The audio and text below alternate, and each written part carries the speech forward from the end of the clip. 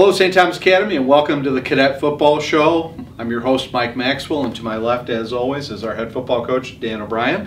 And we're here to talk a little STA football. Welcome to the show. Thank you. So, Coach, I guess all good things must come to an end. Yeah. We're a little over 2 weeks removed from the final game of the year. A very close 20-14 overtime loss to Mahtomedi. You've had some time to let that sink in and marinate a little bit. Give us your thoughts on the game. Well, I guess my first thought is it still doesn't feel very good. Right. You know, it's disappointing. You know, all of us are disappointed. We had hoped to win that game, and we had planned to win that game, and we knew Mahtomedi was a very good team, and they have been a very good team for many years. It's a great rivalry game for us, and you know, they were number 2 in the state last year, so definitely a quality team. But going in, I think we were all confident, not overconfident, but confident that we would play well. And unfortunately, that day they played better than what we did. Yeah. You know, as you said, it was an overtime game. We still had a chance in overtime. We had some things that we just didn't quite execute as well on our end as that we would like to, and credit them for that. And you know, maybe there's some of that on us as well. So. Sad that our kids still aren't playing. I think that we would have been a great matchup. I did have a chance to watch Elk River and Mahtomedi play, and it would have really been fun to play Elk River again. You know, as you know, we played them 4 or 5 years ago, and just had a great game playing against them inside, and that would have been fun to do it again. But you know, it's not going to work out this year, Mike. We're going to finish the year 10-1, which is a fantastic year. These kids, these seniors are, I think, 26 and 1. There's 26-2 from their sophomore year to now, and when you think about that, that's fantastic. And as I share with the kids, we're disappointed we're not still playing, but there are so many teams in the state that would trade for a 10-1 record. So you know, although we're disappointed, it was a fantastic year. They had a great year, and that, you know, you can't take that away from them. Yeah, no, absolutely right. It's there's not a team in the state that if they ended up 10-1 and you know, undefeated regular season, section champs, and in a state playoff appearance, that is going to be that it should be disappointed. Sure. That's a great season. So hats off to you and your coaches and the team for again another you know, a darn good year. So nice job. So you talked a little bit about, you know, Elk River played Mahtomedi. They of course won that game. So this weekend state championship matchup is Mankato West versus Elk River.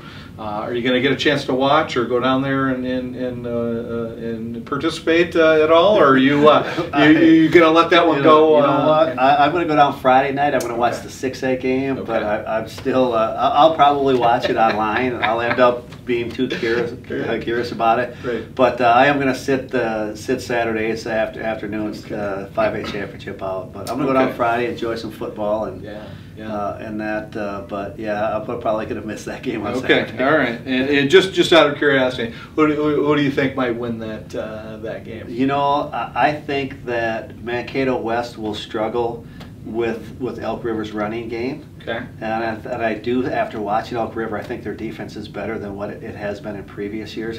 And Mike, up front, they are absolutely huge. Right. O-line is huge. They've got a really good quarterback that would have been fun for us to try to defend. So I like them a lot. Now, from Mankato West standpoint, they got another quarterback that's throwing the ball as well as the kid did last year. So it should be a good game, but if I had to pick between either one of the two, I would think that I think Elk River will be the team to win it. Yeah. I'll just add to that. I would agree, but you know, Mankato West somehow finds a way to win, especially when they get to that state championship game. So it should be a pretty good matchup. So let's talk a little bit about. I know you're having some postseason meetings with players. Do you include seniors in that process as well? I do. Okay, yep, all right. I do. So I'm curious, you know, kind of what the nature is of those meetings, and in particular with the seniors. Kind of what's that conversation look like for you? We'll start with the seniors. What I do with the seniors, I come in and the first thing I do is I thank them for everything that they've done for cadet football. You know, they've put a stamp on cadet football. When you think about 26-2, how many classes will go through and have that kind of a record? So I always thank them because we pushed them hard.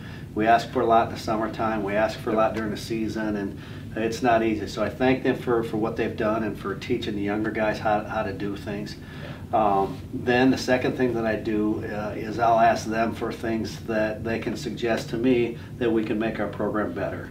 So I have an anonymous form that I give each player in a player meeting and say, hey, give us your feedback. We expect the players to get better every single year. Mike, our staff needs to get better, and including me.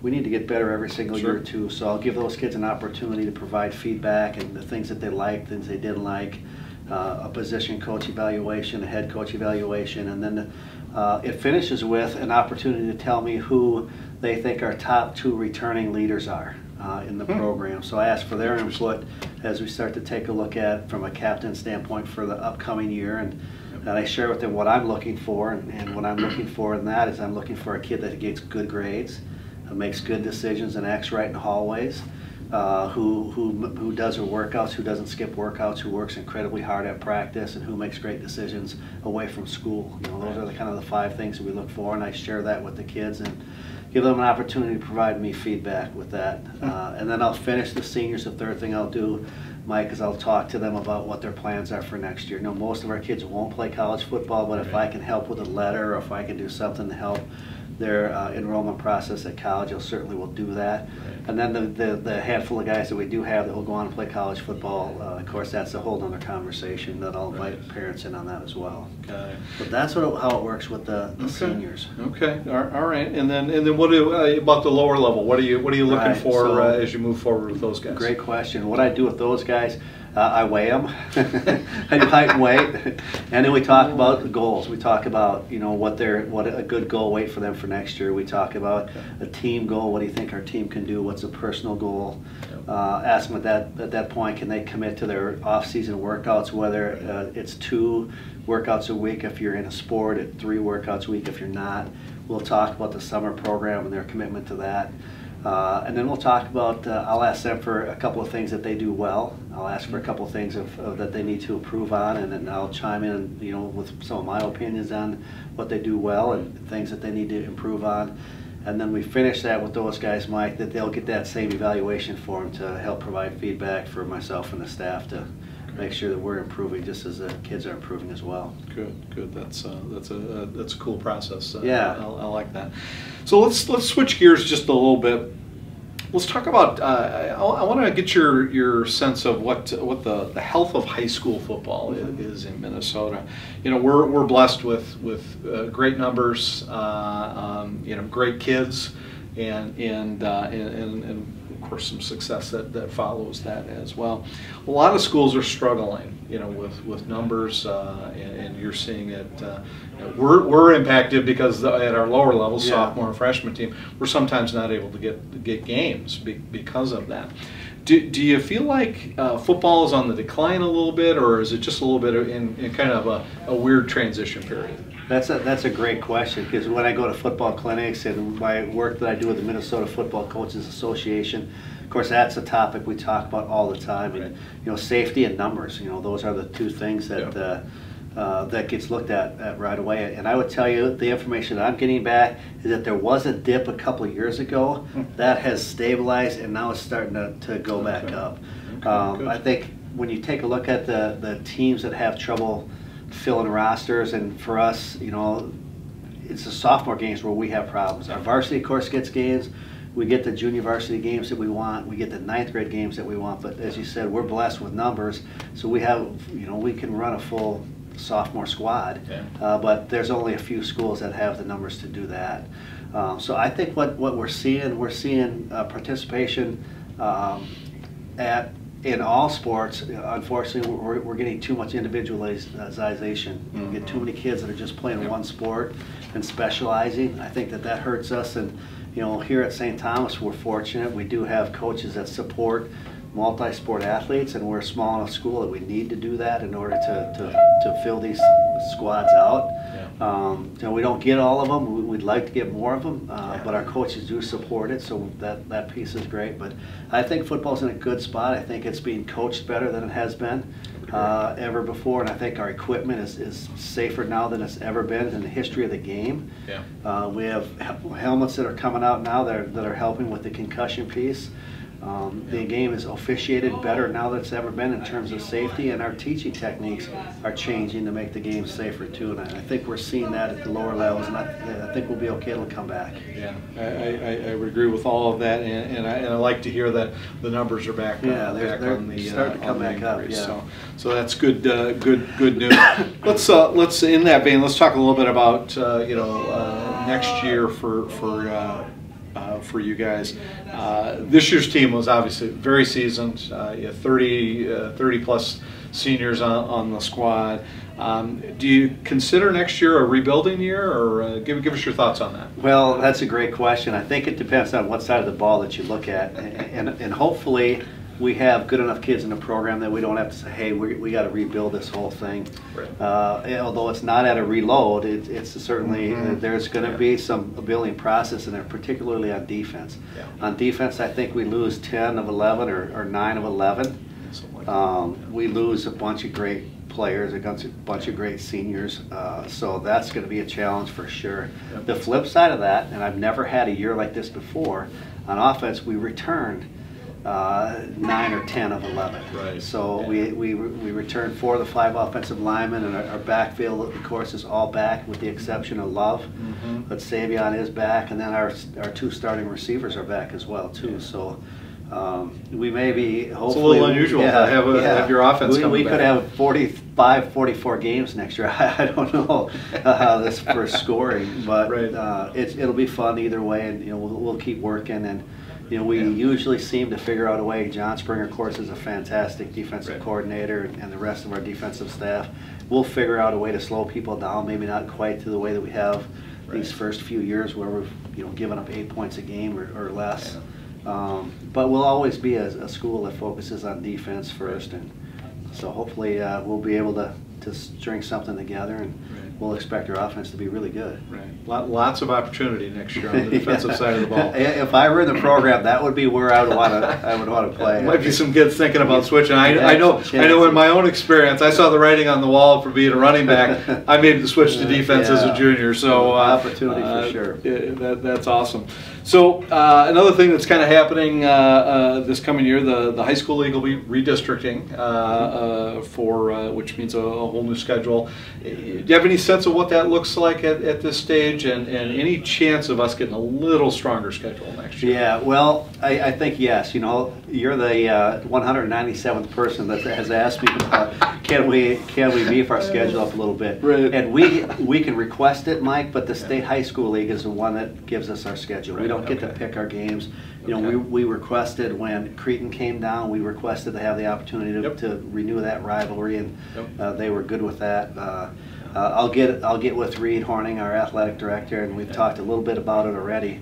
But we're at the kind of the liberty of the state high school league. But I think that we'll certainly request 1, if not 2 more games. It might be a little bit more challenging than some we've had. Not that the teams that we're playing are bad or anything else like that, but it would be nice to see some different teams.